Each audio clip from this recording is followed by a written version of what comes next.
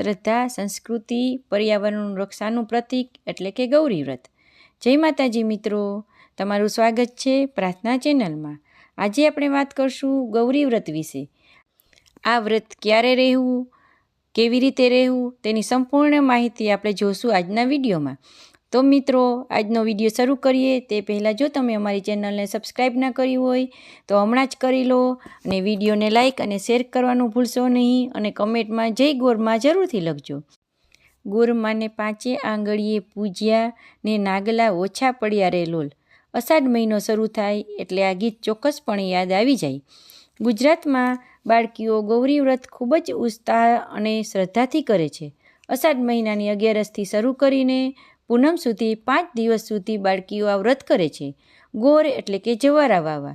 11રસના અઠવાડિયા પહેલાં માટીના મોટા કોળિયામાં અથવા તો વાંસની છાબડીમાં માટી તથા છાણ મિક્સ કરીને તેમાં ઘઉં, જવ, ચોખા, ચણા, જુવાર, મગ જેવા 7 કે 5 ધાન વાવવામાં આવે છે। પછી તેમાં રોજ પ્રમાણસર પાણી નાખીએ એટલે 11રસ સુધી સરસ મજાના જવારા ઉગી જાય છે। નાની બાળાઓ તે કોના જવારા સૌથી વધુ ઊંચા થાય છે તેની બાળ સહજ સ્પર્ધા પણ કરતી હોય છે। અષાઢ સુદ 11રસના દિવસે સવારમાં નાહીને તૈયાર થઈ બાળકીઓ ઘેર કંકુ, ચોખા, અબીલ ગલાલ, નાળાચડી તથા ફૂલ લઈને જવારાની પૂજા કરે છે અને મહાદેવજીના મંદિરે જઈને પણ પૂજા કરે છે। આખો દિવસ ફળો, સૂકો મેવો તથા મીઠા વગરની રોટલીઓ, ભાખરીઓ, પૂરી સાથે દહીં કે રસ ખાઈને એકટાણું કરે છે।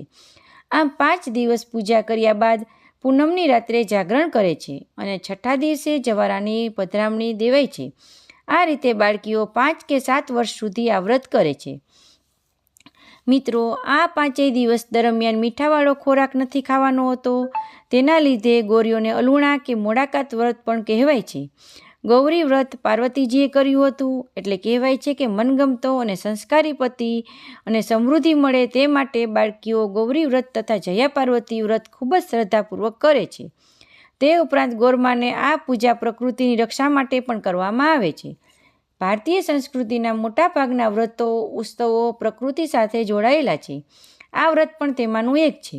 જ્વારા નાનકડા પ્રતીકથી પર્યાવરણને પણ સુપેરે રક્ષા કરવાનું એમાં સૂચવ્યું છે। હવે આધુનિક જમાનામાં નાની બાળકીઓના વ્રત 5 દિવસ આનંદ કરી શકે તે માટે શાળાઓમાં મહેંદી, રંગોળી, ફેન્સી ડ્રેસ જેવી સ્પર્ધાઓ આયોજન કરવામાં આવે છે। પહેલાં દાદીમાં કે મમ્મી ઘેરે જવારા વાવતા હતા, હવે જો કે તૈયાર જવારા પણ મળે છે। ગોરમાનો વર કેસરીઓ ગાતી બાળાઓને ગૌરી વ્રત કરવાનો ઉત્સાહ અનેરો થઈ જાય છે। બધી બાળાઓને ગૌરી વ્રતની હાર્દિક શુભકામનાઓ। અને અમારી માહિતી આ તમને પસંદ આવી હોય તો વિડીયોને લાઇક, શેર કરવાનું ભૂલશો નહીં। બેલ આઇકન જરૂરથી દબાવજો જેથી આવતા નવા ધાર્મિક વિડીયો સૌપ્રથમ તમને મળી શકે। કમેન્ટમાં જય ગોરમાં જરૂરથી લખજો। ફરી મળીએ આવતા નવા વિડીયો સાથે। જય શ્રી કૃષ્ણ, જય માતાજી।